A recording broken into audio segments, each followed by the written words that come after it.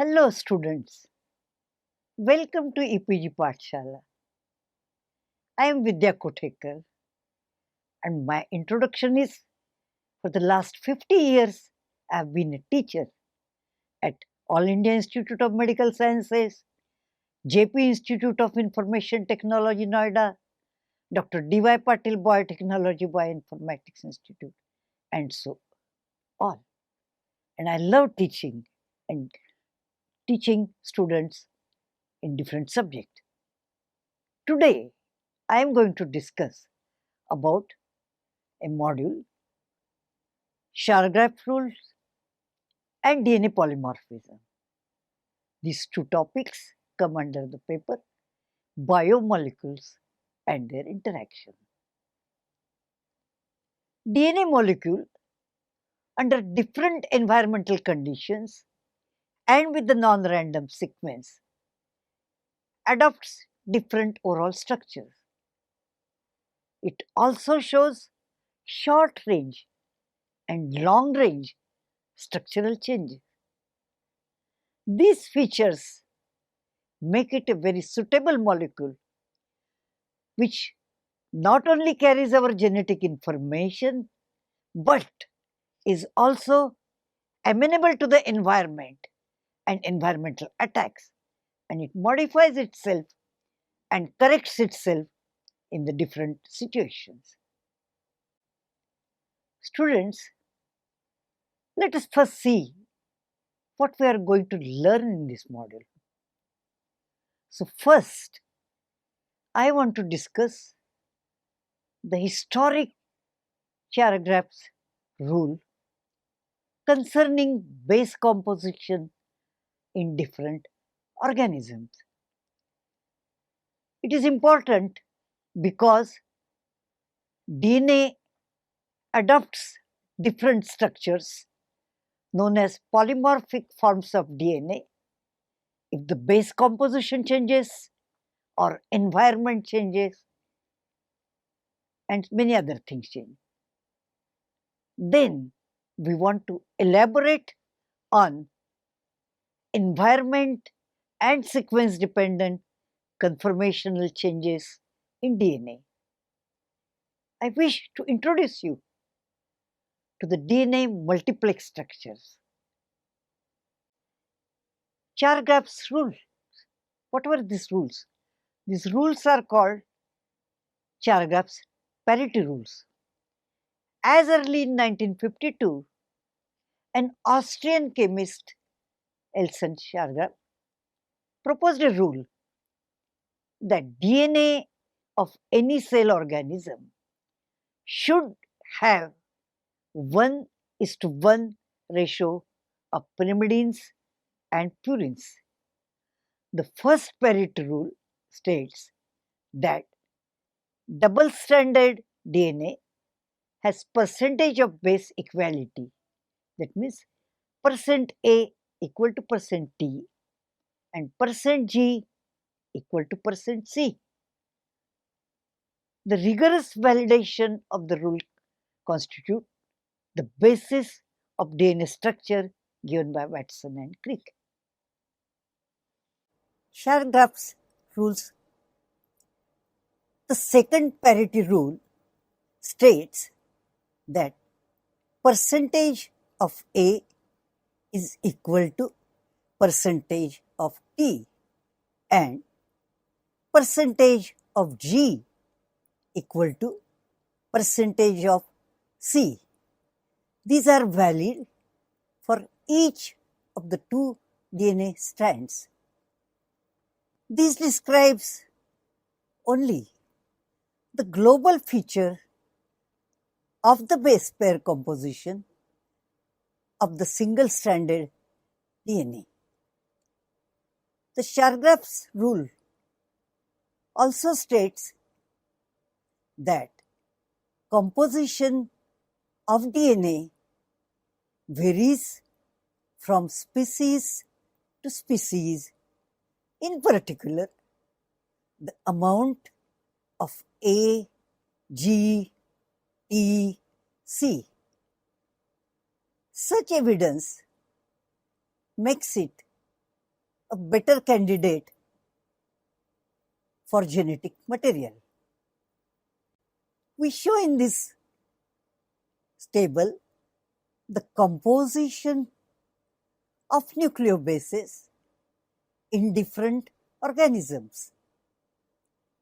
For example, in case of maize, percentage of A is 26.8% and percent of G is 22.8%.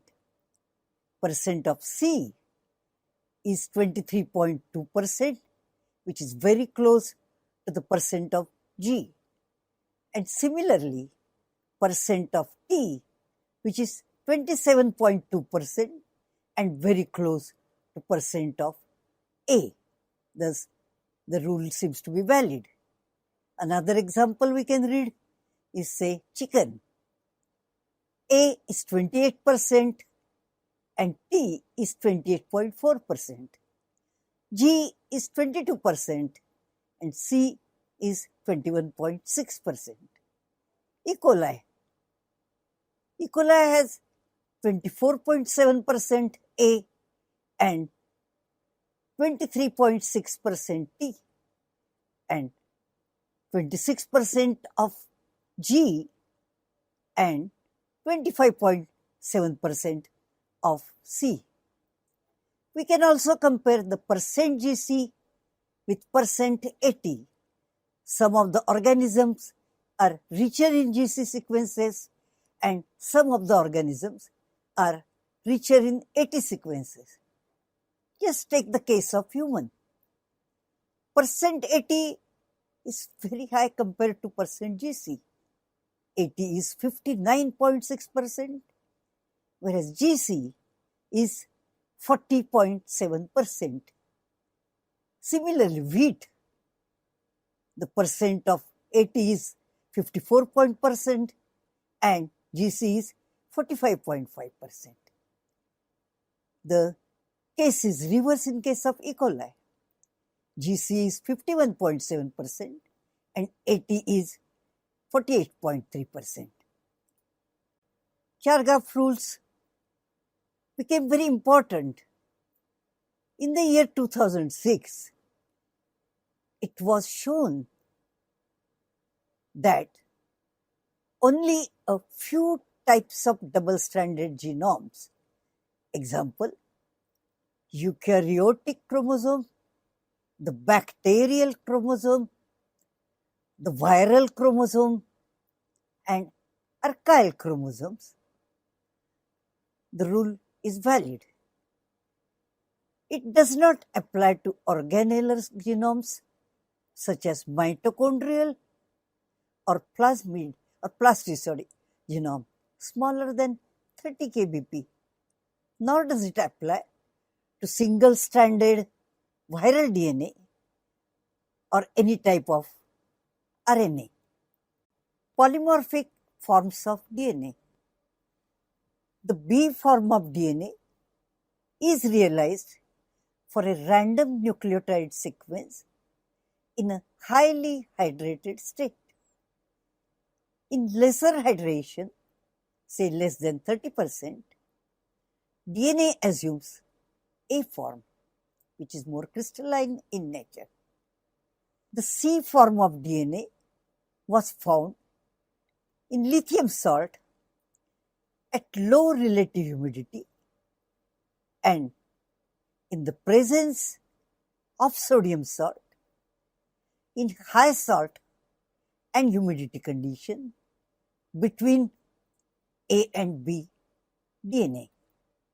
We show in this picture A and B forms of DNA. The pictures are drawn using Rasmol, and what we can see is the B form is a very curvature based form.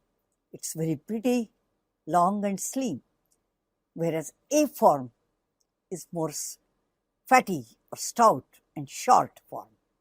Similarly, the bases in case of B form are perpendicular to the helix axis, whereas in case of A form, these are inclined compared to the helix axis. You can notice it from the picture.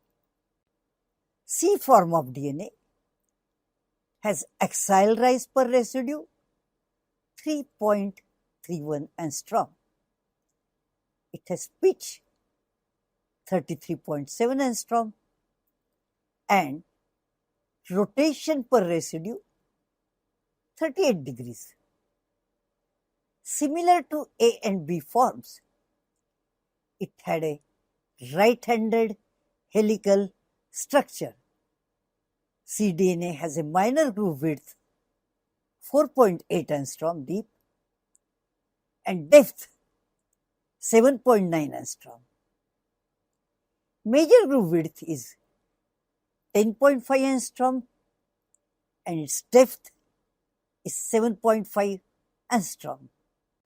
Physico-chemical studies on DNA. During mid-60s and 70s, number of studies were carried out on natural and synthetic DNA fibers, also on oligonucleotides under different environmental conditions. The techniques used were fiber X-ray diffraction, single crystal X-ray diffraction, differential thermal analysis or DTA, nuclear magnetic resonance, CD spectroscopy, ORD spectroscopy, UV spectroscopy, fluorescence spectroscopy, etc. Plethora of DNA conformations became available through these studies. Physico-chemical studies showed that DNA has a tremendous capacity of adopting plethora of conformations. It can have C, C dash, C2 dash, D, E, and so on. Some of these structures differed marginally, while others had major differences. These conformations were named using single or multiple alphabets. As a matter of fact, all alphabets except F, Q, U, V, and Y have been used to designate DNA conformations. Left-handed DNA structure. A dramatically different structure was seen in a hexanucleotide duplex with the sequence CG, CG, CG. This structure was solved by Wang and Alexander Risch and many other authors. This was named as Z-DNA. It had a unique left-handed structures. All alternate pyrimidine-purine sequences except alternate TA showed this typical unique left-handed structure. Structural features of Z-DNA or left-handed DNA. G-DNA has a dinucleotide repeat. All other DNAs have mononucleotide repeats. Then purines are towards periphery. Like in B-DNA, purine, pyrimidine are near the center. Sugar pucker with purines is C3' endo. But pyrimidines have C2' endo sugar conformation. Purines have syn conformation of the bases, while pyrimidines have anti-conformation. The average width of this DNA form was 18 angstrom. It had 12 base pairs per turn, giving rise 48 angstrom as pitch. We show in the picture space filling model of left-handed DNA drawn with using 5-mole software. cDNA has practically no major groove. The width is 2.0 angstrom and depth is 3.7 angstrom. It has deep 13.8 angstrom and narrow, it's not narrow, little wider, 8.3 angstrom, minor groove passing through the center of the structure. We show in this picture a typical characteristics of left-handed DNA. We can see the guanine shown as red here and cytosine are shown with the CPK colors, that is grey color. And the sugar with the cytosine stacks on guanine. The sugar-based stacking is a very, very unique property of left-handed DNA structure. Another right-hand side picture, we show only the backbone trace of a dinucleotide. And you can see it makes like a letter of Z rather. That is why it is called left-handed DNA structure. In this picture, we show comparison of A, B and G DNA.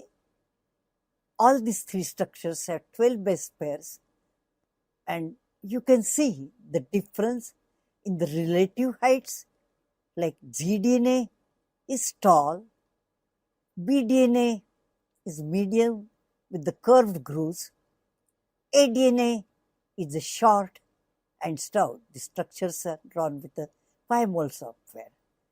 In the gDNA, the backbone goes, shown in the case of red color, that goes to the left direction. In bDNA, it goes in the right direction.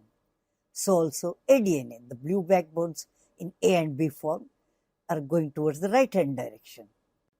Suppose you look a 4 base pair sequence of DNA, A form, B form and G form in the view perpendicular to the helix axis, we can call it top view. Now, in case of bDNA, you can see all the bases clustered near the helix axis. In case of aDNA, the bases are pulled away from the helix axis. This actually makes a hole. That is, if you see from the top, you see a hole in the center of the structure. In the zDNA, it is a mixed picture. The guanine is towards the periphery, whereas cytosine is towards the center of the and closer to the helical axis. Comparison of structural parameters of A, B and cDNA. We show in this table various structural parameters of B form, A form and G form. As you can see immediately, that helix sense in the case of B and A form is right-handed, whereas in G form it is left-handed. Pitch is equal to 3.38 angstrom in bDNA, 2.5 to 3 in aDNA, and gDNA it is 3.5 and 3.9 alternate. Twist angle, helical twist as we call it, it's 36 degrees in B form, 30 to 33 degrees in A form, and G form is a dimer, so we give average 30 degrees. Tilt angle, that is the angle between the base pairs and the plane perpendicular to the helix axis, it is practically 0, it is 1 degree in B form and the bases are almost perpendicular to the helix axis. In A form, it is 19 degrees bases are quite tilted with respect to the helix axis, whereas Z form, it is in between, it is 9 degrees, -9. We can compare the sizes of major grooves and minor grooves. As discussed earlier, in case of B form, it has a wide major groove, 11.7 angstrom, and deep 8.5 angstrom. And Z form has practically no groove. It is width is 2 angstrom and depth is 3.7 angstrom. A form, it's a narrow deep major groove, 2.7 angstrom width, 13.5 angstrom depth. Minor groove in B form has a width 5.7 angstrom and depth 7.5 angstrom. In A form, it is wider.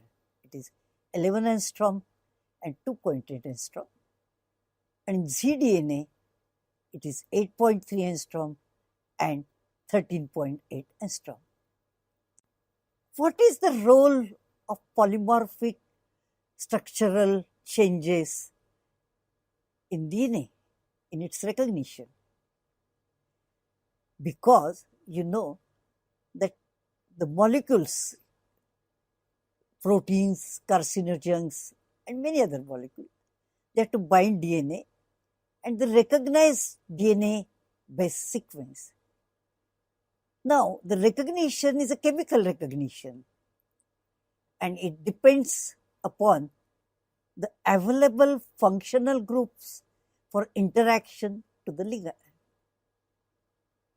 Thus, as the DNA changes conformation from B to A and Z form and other forms, different functional groups get exposed to the solvent.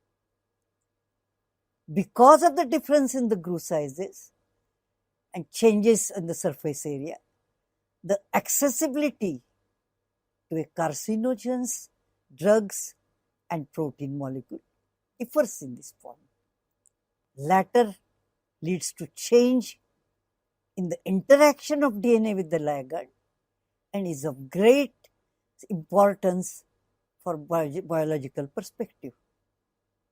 I want to give you a few examples of environmental dependent polymorphic transformations in DNA. For example, in sodium salt, 92% hydration, we get bDNA. In lithium salt, 66% hydration, we get bDNA. Or A DNA, we get it in sodium salt and 75% relative humidity. cDNA, we get it in lithium salt, 44% hydration. gDNA, poly-DG, poly-DC, and sodium salt, 2500 millimole, or magnesium salt, 700 millimole, or ethanol, 60%, or pyrimidine, the molecule gDNA is formed. Also, it can be formed in the presence of methyl cytosine, poly-DG, DMC, sodium salt 700 millimole, or ethanol 20%, spermidine 0.5%, we can get gDNA. I show you diagrammatically how DNA polymorphism is expressed. The figure is by Dew from Nature paper, and it shows how the change of salt concentration, the conformation B form can go to C form, or it can go to Z form can go to Z dash, A form can go to A dash, or B form can go to C dash. I wish to give you now few examples of sequence-dependent structural changes in DNA. In sodium salt, a synthetic DNA fiber poly dA dt adopts a metastable A form and a stable D form, whereas poly dG dC up to 92% relativity occurs in A form only. The spectacular B-J transition does not occur in poly dA dt. I can give you few more examples of sequence-dependent structural changes in DNA. In the case of alternate AT sequence, long spline of water runs along the minor groove because of its lower electrostatic potential. For this reason, poly dA poly dt does not undergo BA transition, and poly dA dt has a metastable A form. Polynucleotides with guanosine replaced by ionosine, which lacks the N2 amino group, behaves as an AT polymer. Local distortion in DNA structure. In addition to the polymorphic changes, which are the structural changes of the whole of polymer, the DNA molecule, based upon the base sequence, has local distortions. This was first noted by Dickerson's group for a DNA dodecamer CG, CG, AA, TT, CG, CG. This DNA had overall parameters same as B structure, so it was bDNA, but there were local distortions in this structure, leading to the bending of DNA by 19 degrees. To define these distortions, Drew's group took the axial system in DNA, that is, we show here in the picture view in the base plane.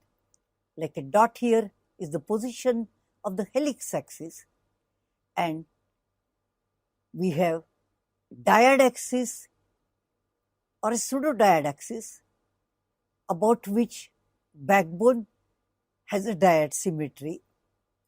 Then we have a long axis which starts from C6 of pyrimidine to C8 of purine. So the three axes are helix axis, pseudo-dyad axis, and the long axis. And we define distortions with respect to these three axes. What are those distortions? Propeller twist, tilt, and roll. Drew and Dickerson defined them as propeller twist is the total dihedral angle between the two hydrogen bonded base pairs. It is not connected to the helix axis system we discussed. The twist angle, generally given as TW, is the rotation angle between the successive base pairs about the helix axis. Tilt, theta t, is the rotation of base pair about dyad axis passing through the base plane. And roll, theta r, is rotation about an axis in the plane of the bases perpendicular to the pseudo-dyad axis. And these parameters for different base sequences are different, which define the local distortion in the DNA structure. This is shown more clearly in this picture, like we show here the propeller twist between the two base pair planes, twist angle, tilt angle theta t, and the roll angle theta r. Apart from double helical structures, there are DNA triplexes and DNA quadruplexes. What is a DNA triple helix? In a DNA triple helix, 3 DNA strands in helical symmetry bind over each other. The third strand, binds to a Watson-Crick base pair DNA through a hook chain, like a TA duplex can have a hook chain base pairing with poly TA, or reverse hook chain base pairing, like TA can have reverse hook chain with poly A. Homopyridine third strand is always parallel to the homopurine strand in pyrimidine purine X pyrimidine, whereas homopurine third strand is antiparallel to homopurine second strand in pyrimidine purine and third strand purine. We show in this picture hook chain and reverse hook chain base pairing in 2 triple helices. TAT, that is pyrimidine purine pyrimidine, and TAA, that is pyrimidine purine purine. In case of TAT, we show on the right hand side of the 2 bases adenine and thymine, and the left side thymine has a hook chain base pairing, that is the NH and O hydrogen bond with N7 of adenine and H N6 of adenine. On the right side, we show a reverse hook chain base pairing between 2 adenines rather, like N6H and N1, hydrogen bond with N7 and N6H of other adenine. We show in this picture a DNA triple helix, and the third DNA strand runs into the grooves of the hydrogen bonded Watson-Crick base pair DNA. There are various sequences, and there are many DNA sequences which can run as a third strand and which have great application in the field of molecular biology. Like DNA triplexes, we have DNA quadruplexes. In a quadruplex structure, 4 helically twisted DNA wind over each other to form a DNA tetrads. A typical example can be quoted, that of G4 quadruplex. Sequences rich in guanine are capable of forming 4-stranded structure with hook chain base pairing. The structures are stabilized in the presence of potassium ions. So students, what we have learned today? Like first, we have seen the historic Chargaff parity rules and their importance in polymorphic structural changes in DNA. Then we introduced you to the concept of DNA polymorphism, like variety of structures are formed under different environmental conditions, based on structures, based on sequences, and so on. Then we had discussed a left-handed zDNA structure, as it marked a very important transition in our understanding in DNA. I can tell you a joke. Rather, in the year 1980, when the left-handed DNA was discovered, everybody prior to that thought that all DNA has to be right-handed. And I was going in a cab in USA, and person asked me, "Where are you working?" I told I'm in cancer hospital. He said, "What are you working on?" I said, "DNA." He immediately asked, "Left or right?" I said, "How do you know?" You know, everybody talks about left and right-handed DNA. So it becomes such a popular issue. Newspaper, Economic Times, everybody started discussing, is DNA left or right, like two political parties.